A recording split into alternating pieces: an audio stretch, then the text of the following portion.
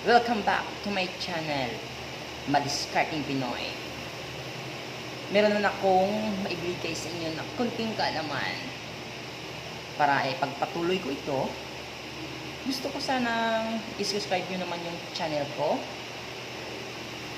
Kung may mga katanungan kayo, comment. And then click the button to notify sa mga susunod kong video. And share if you want. Okay, now proceed. Subong, naitudlo ko nga gamay lang nga ideya kung paano pagganahon, paandaron, paano i-on, paano i-operate ang generator in case of emergency. Like, may bagyo, run out, shortage of power, dako ina mabulig sa generator. Gani kung ikaw ang ara sa isa ka establishment, isa sa kumpanya, sa eskwelahan, sa simbahan, sa hospital, or sa diin ng mga environment ng kaobra ikaw, dako ni siya nga bulig sa environment kung kabalo ka mag-operate, kabalo ka magpaandar, kabalo ka mag-on. Okay, subong tuluan ka mo sang basic operation kung paano siya pandaron, paano siya i-on. Okay, let's watch this.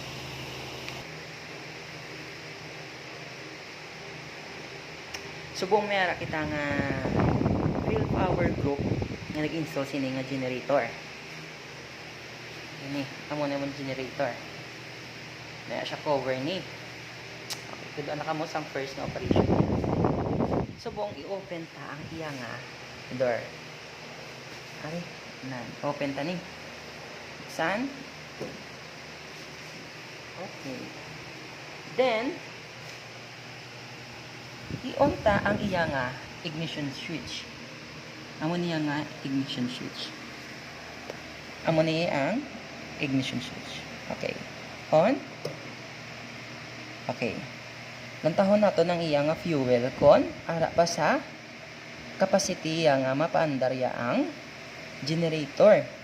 Ara pa siya sa mga ano siya, mga lapaw-lapaw lang siya sa 1/2. Okay pa na siya. It means dako iya tangke nimo. Ara pa siya sa lapaw-lapaw sa 1/2. Kung mag-zero na siya, it means hindi ni siya magana kay wala na sa sang fuel. And then check first the module. Ang amo nga module is auto start controller. Model ya is 5110. Gintagingan ko ni siya para mabalance ang next nga ship nga ga-duty sa akon. First, wala tong tagid magandar ang module kag gasiga ang stop. Sa amo lang niya nga nga module sa iba niya module ini. Wala kabalo kung ano ang ilang operation kung paano siya pandaron. Pero sa amo ni nga module tuduan na kamo kung paano siya pandaron. Tigasiga na ang stop. I-on naton ang pinduton naton ang manual. Okay, nagsiga ang manual. And then i-push man naton ang start.